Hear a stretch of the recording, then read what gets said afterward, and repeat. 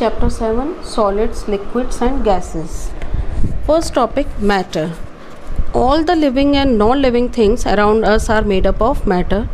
आपके सराउंडिंग में जितनी भी लिविंग और नॉन लिविंग थिंग्स हैं, living like human beings, animals, plants etc. and non-living like chair, table, this pen, this notebook, these all are the matter. Matter is anything that has mass and occupies space. Matter वो हर कोई चीज़ होती है जिसमें कि उसका अपना मास और वो ऑक्यूपाई स्पेस मीन्स कुछ जगह को कवर करता है. Mass, what do you mean by mass? Mass is the amount of matter in a body. किसी भी बॉडी का एक एक्चुअल जो अमाउंट जो होता है वो उसका मास कहलाता है. Volume, amount of space occupied by a matter. किसी भी मैटर, कोई भी चीज़ के द्वारा जो एक एरिया कवर्ड किया जाता है वो उसका वॉल्यूम कहलाता है. Next is molecules and atoms. Matter is made up of tiny particles called molecules. कोई भी मैटर, कोई भी चीज़ जो होती है वो बहुत छोटे छोटे टाइनी पार्टिकल्स से मिलकर बनी होती है, उसको बोलते हैं molecules. These molecules are made up of even tinier particles called atoms. और वो मॉलिक्यूल्स और भी बहुत छोटे पार्टिकल्स से मिलकर बने होते हैं, उनको बोलते हैं atoms. Atoms are so tiny that they can not be seen with our naked eyes. Atoms इतने ज़्यादा छोटे होते हैं कि वो हम अपनी नेक्ड आई से नहीं देख सकते. 2 or more atoms may join together to form a molecule. 2 या 2 से ज़्यादा एटम मिल करके एक मॉलिक्यूल बनाते हैं. Next is intermolecular space. The space between 2 molecules is called intermolecular space. For example, you can see here molecule M1 and M2. इनके बीच का जो स्पेस है that is known as the intermolecular space. यानी कि 2 molecules के बीच का जो space होता है वो इंटरमोलिकुलर स्पेस कहलाता है. You can more understand by this simple flow chart of states of matter. There are 3 states of matter: solid, liquid and gas. First, solid. Molecules are closely packed. Strong force of attraction among the molecules. मतलब solid में molecules का जो होता है वो आपस में बहुत ज़्यादा क्लोजली पैक्ड होते हैं, क्योंकि उनके बीच में फोर्स ऑफ अट्रैक्शन मीन्स एक दूसरे को पास लाने की क्षमता वो बहुत ज़्यादा होती है. इस वजह से उनका फिक्स्ड शेप और फिक्स्ड वॉल्यूम होता है. For example, you can see this is a box, solid thing. Its shape, size and volume is fixed because इसके जो मॉलिक्यूल्स हैं उनके बीच में फोर्स ऑफ अट्रैक्शन बहुत ज़्यादा है, बीच में कहीं भी स्पेस नहीं है. इस वजह से इसकी शेप, साइज़ जो है वो फिक्स है. अब वॉल्यूम इज़ ऑल्सो फिक्स्ड क्योंकि ये एक ख़ास स्पेस, पर्टिकुलर एक स्पेस ऑक्यूपाई कर रहा है. यू कैन सी ये जब भी आप इसको कहीं भी रखेंगे ये इतना ही स्पेस ऑक्यूपाई करेगा. ठीक है, तो that's why it is a solid. Next is liquid. Molecules are loosely packed. Less force of attraction among the molecules. यानी कि लिक्विड के जो मॉलिक्यूल्स हैं उनके बीच में कुछ स्पेस होता है क्योंकि उनके बीच में फोर्स ऑफ अट्रैक्शन काफ़ी कम होता है. Takes the shape of the containers, fixed volume. और ये जिस भी कंटेनर में आप लिक्विड को पोर करेंगे या डालेंगे ये उसी शेप का हो जाता है. इसका वॉल्यूम फिक्स होता है ना. For example, you can see here, for example ये एक लिक्विड है, पानी है ग्लास में. अब इसकी शेप आप देखिए, वो ग्लास की जो शेप है वो अलग है और इस कप की शेप जो है वो इससे अलग है. अब हम वाटर को इसमें पोर करेंगे, you can C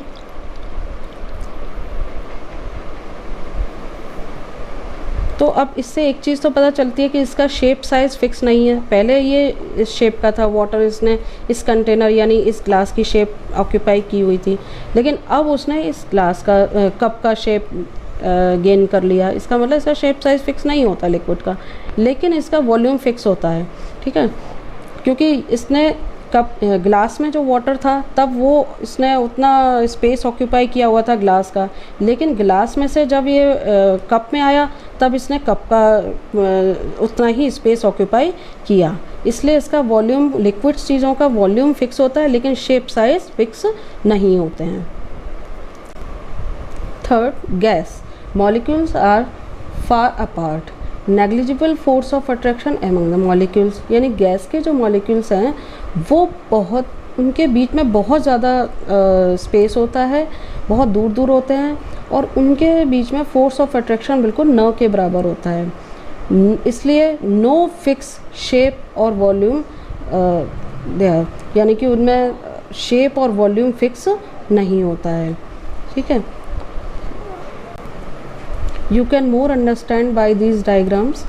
First, solid, you can see there is no space between the molecules, molecules के बीच में कहीं भी देखिए स्पेस नहीं है और इनमें फोर्स ऑफ अट्रैक्शन बहुत ज़्यादा है, इस वजह से इसका फिक्स शेप और वॉल्यूम होता है। नेक्स्ट, इन लिक्विड, लिक्विड में देखो बहुत सारा बीच में स्पेस है, ये मॉलिक्यूल इधर मूव कर सकता है, ये इधर मूव कर सकता है, तो इनके बीच में फोर्स ऑफ अट्रैक्शन कम होता है। अब गैस का देखिए, there is too much space between the molecules, यानी मॉलिक्यूल्स के बीच में बहुत ज़्यादा स्पेस होता है, फोर्स ऑफ अट्रैक्शन इनमें ना के बराबर होता है, इसीलिए गैस जो है एयर में बहुत जल्दी से स्प्रेड होती है।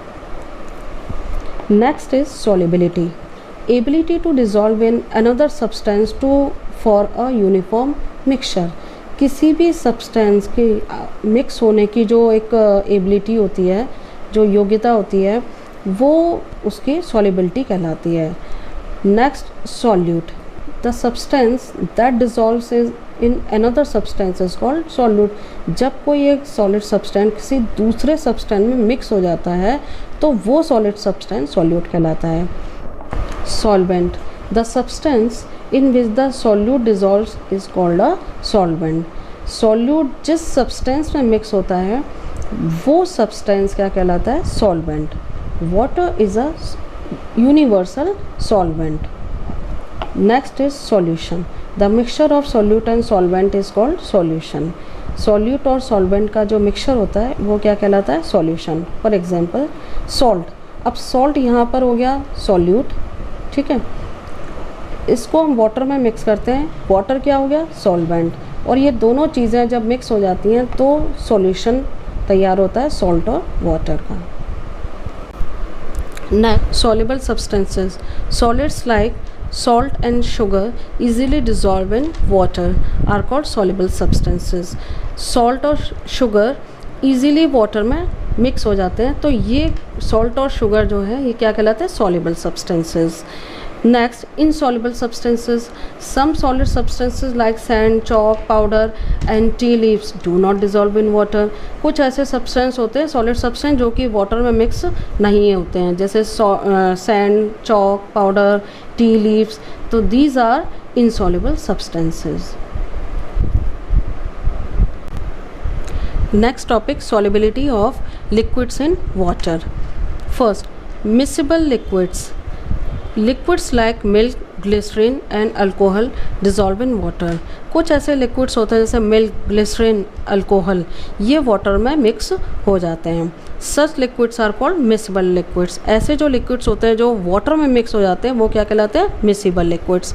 Next it immiscible liquids, some liquids do not dissolve in water, they are called immiscible liquids. For example oil and petrol, क्योंकि ये वाटर में मिक्स नहीं होते इसीलिए इनको इमिसिबल लिक्विड कहा जाता है। Next topic, solubility of gases in water, gases like carbon dioxide and oxygen dissolve in water, कुछ ऐसी गैसेस होती हैं कार्बन डाइऑक्साइड और ऑक्सीजन ये वाटर में डिज़ोल्व हो जाती हैं। Aquatic plants and animals survive in water because of the dissolve oxygen and carbon dioxide in it, अब वाटर में रहने वाले बहुत सारे प्लांट और एनिमल्स हैं वो सर्वाइव इस वजह से कर जाते हैं क्योंकि वाटर में ऑलरेडी ऑक्सीजन और कार्बन डाइऑक्साइड गैस डिज़ोल्व होती है।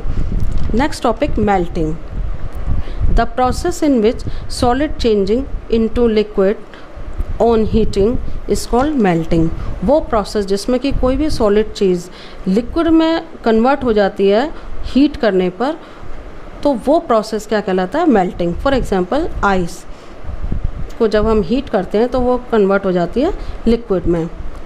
Next is freezing, the process in which liquids change into solid on cooling is called freezing.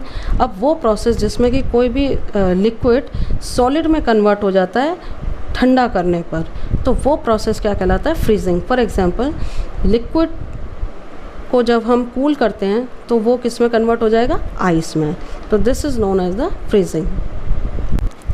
Next topic, evaporation, the process in which a liquid changes into gas on heating is called evaporation। वो process जिसमें कि कोई liquid gas में या steam में या water vapours में convert हो जाता है जब हम उसको हीट करते हैं तब, तो वो प्रोसेस क्या कहलाता है? evaporation। You can C liquid यानी वाटर जिसको हम हीट करते हैं तो वो गैस में या वाटर वेपर्स में या स्टीम में कन्वर्ट हो जाता है, तो this process is called evaporation।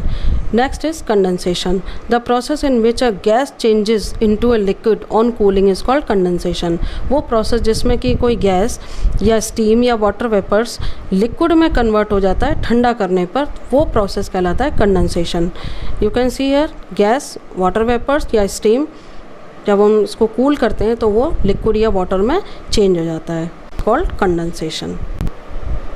Next is physical change, physical change is a temporary change in which no new substance is formed, it is reversible change. Physical change वो change होता है जिसमें कि एक बार चेंज होने के बाद कोई नया सब्सटेंस नहीं बनता है, और it is reversible change means change अगर हो भी जाता है तो वापस उसको पहले वाले कंडीशन में हम ला सकते हैं। तो इस टाइप के जो चेंजेस होते हैं वो फिज़िकल चेंज कहलाते हैं। फॉर एग्जांपल, आइस को जब हम हीट करते हैं तो वो लिक्विड में कन्वर्ट हो जाता है। अब लिक्विड को जब हम वापस कूल करेंगे तो वो आइस में कन्वर्ट हो जाएगी, तो ये क्या कहलाता है? इसका physical change. Next example, wax solid होती है, उसको हम हीट करेंगे तो वो मेल्ट हो जाएगी, मेल्ट वैक्स हो जाएगी। अब वापस उसको वैक्स को, मेल्टिंग वैक्स को जब हम वापस कूल करेंगे तो वापस से सॉलिड वैक्स में कन्वर्ट हो जाएगी। तो ये चेंज होता है इस तरह का, वो क्या कहलाता है? Physical change. Next is chemical change, chemical change is A permanent change in which new substance is formed, it is irreversible change। means chemical change वो होता है जिसमें कि एक बार चेंज होने के बाद वो परमानेंट रहेगा, उसमें एक नया ही कोई सब्सटेंस तैयार हो जाता है, और इट इज़ इरिवर्सिबल मीन्स कि एक बार ये जिस पोजीशन में आ जाएगा वापस वो अपने पहले वाली पोजीशन में रिवर्स नहीं हो सकता है, इसीलिए ये इरिवर्सिबल चेंज भी कहलाता है। For example, burning of paper, baking a cake, rusting of iron, यानी कि आप पेपर को जब बर्न करते हैं तो उसके बाद वो पेपर जो है एशेस में कन्वर्ट हो जाएगा, और वापस ऐश में कन्वर्ट होने के बाद वो फिर पहले वाला पेपर तैयार नहीं हो सकेगा। ऐसे ही बेकिंग या केक प्रिपेयर जब हो जाता है, बेक हो जाता है, तो वापस हम उसको पहले वाले मटेरियल में कन्वर्ट नहीं कर सकते हैं।